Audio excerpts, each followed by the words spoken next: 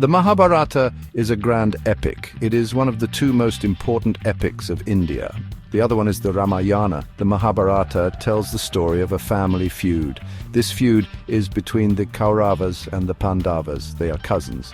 The story takes place thousands of years ago. The Mahabharata is a story about Dharma. Dharma means righteousness. It is about duty, karma, and moksha. The Mahabharata is a long and complex story. It has many characters. There are gods and goddesses, kings and queens, warriors and sages. Each character has their own story. These stories are all interwoven. They create a rich tapestry of Indian culture and mythology. The Mahabharata is more than just a story. It is a guide to life. It teaches us about right and wrong. It shows us how to live a meaningful life. The Mahabharata is still relevant today. Its characters and stories are timeless. They speak to the human condition. The Mahabharata teaches us about the importance of family, duty, and righteousness. It shows us the consequences of greed, anger, and hatred. The Mahabharata has been told and retold for centuries. It has been adapted into countless plays, movies, and TV shows. The story of the Mahabharata continues to fascinate and inspire people all over the world. In the heart of the Mahabharata stands Krishna. He is a charioteer, a diplomat, and a philosopher. Krishna is an avatar of Vishnu. Vishnu is the preserver of the universe. Krishna's wisdom guides the Pandavas. He is Arjuna's charioteer. Arjuna is a great warrior and one of the Pandava brothers. Krishna's presence is not limited to the battlefield. He participates in royal courts. He negotiates with kings. Krishna is a master strategist. He uses his intelligence to outwit his opponents. However, Krishna always emphasizes dharma. He believes in righteous conduct, even in war. Krishna's life is a complex tapestry of roles and actions. He is a kingmaker. He is a peacemaker. Sometimes he's even an instrument of war. Yet through it all, Krishna remains a symbol of dharma. He stands for truth and justice. Krishna's teachings continue to resonate with millions. He teaches about duty and devotion. He teaches about karma and liberation. His wisdom transcends time and place. It remains relevant in the modern world. The Kurukshetra war is the central event of the Mahabharata. It is a battle between good and evil. The Pandavas represent Dharma. The Kauravas represent Adharma. Adharma is the opposite of Dharma. The battle took place on the plains of Kurukshetra. Kurukshetra is in present-day Haryana, India. It is a sacred place. It is called Dharmakshetra, the battlefield of Dharma. Before the war begins, Arjuna hesitates. He sees his relatives on the other side. He is filled with doubt. He does not want to fight. He questions the meaning of war. This is where Krishna steps in. He delivers his most famous sermon, the Bhagavad Gita.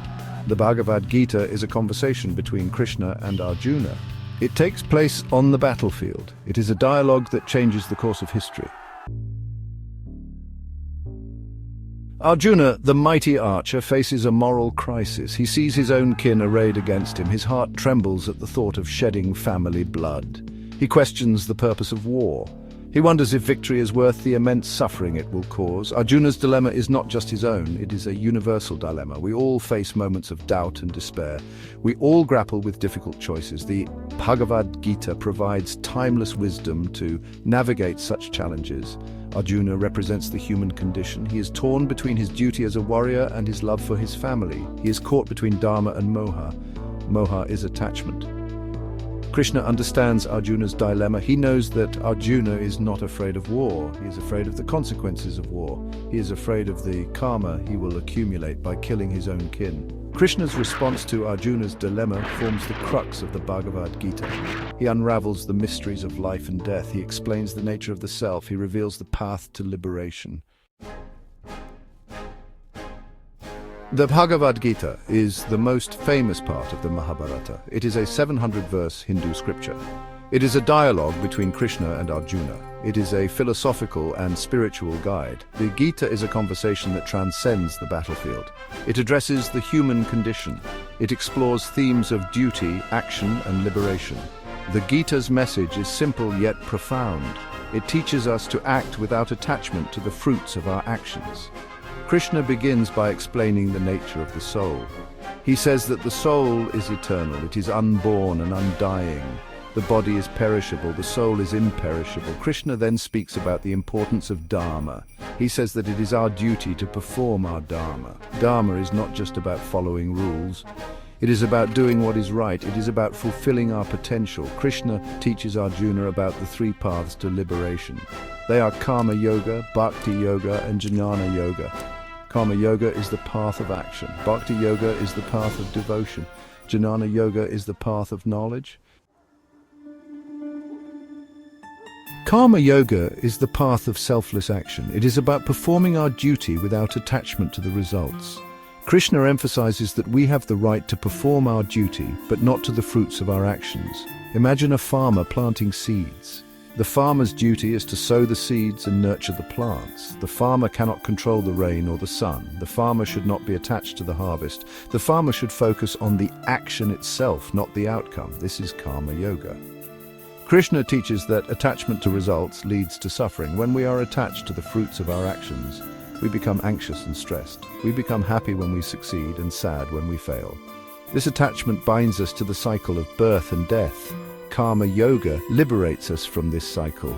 When we act without attachment, we are not bound by the results. We are free to act from a place of clarity and purpose. We experience true freedom and joy. Bhakti Yoga is the path of devotion. It is the path of love and surrender to the divine. Krishna speaks about the power of devotion. He says that through devotion we can attain liberation. Bhakti Yoga is like a river flowing towards the ocean. The river represents the individual soul. The ocean represents the divine. Just as the river surrenders to the ocean, the devotee surrenders to the divine. Krishna emphasizes the importance of faith and love in Bhakti Yoga. He says that true devotion is not about rituals or ceremonies. It is about the love and longing in our hearts. Krishna assures Arjuna that even a little bit of sincere devotion can liberate us from the cycle of birth and death. He encourages us to cultivate love and devotion in our hearts. He reminds us that this path is accessible to all, regardless of their background or social status. Jnana Yoga is the path of knowledge and wisdom. It is the path of inquiry and self-realization. Krishna explains the true nature of the self. He says that the self is not the body or the mind. It is the eternal, unchanging consciousness. Imagine a mirror reflecting the world. The mirror is like the self. The world is like the objects of our senses. Just as the mirror remains unchanged even when the reflections change, the self remains unchanged even when the world around us changes. Krishna emphasizes the importance of self-knowledge in Jnana Yoga. He says that true knowledge is not about accumulating information. It is about knowing our true nature. It is about realizing our unity with the divine. Krishna teaches that through Jnana Yoga, we can transcend ignorance and attain liberation. He encourages us to cultivate wisdom and understanding. He reminds us that this path requires dedication and discipline. The Mahabharata, and particularly the Bhagavad Gita, offer profound lessons. These lessons resonate across millennia. They provide guidance for navigating the complexities of life. Krishna's teachings emphasize dharma, karma, and moksha. They highlight the importance of duty, action, and liberation. They provide a framework for ethical living. The Gita's message is particularly relevant today. In a world grappling with conflict, environmental degradation, and spiritual alienation, the Gita offers solutions. It reminds us of our interconnectedness. Krishna's wisdom transcends time and place. It speaks to the very core of the human experience. By understanding and applying these teachings, we can lead more meaningful and fulfilling lives. We can contribute to a more just and harmonious world.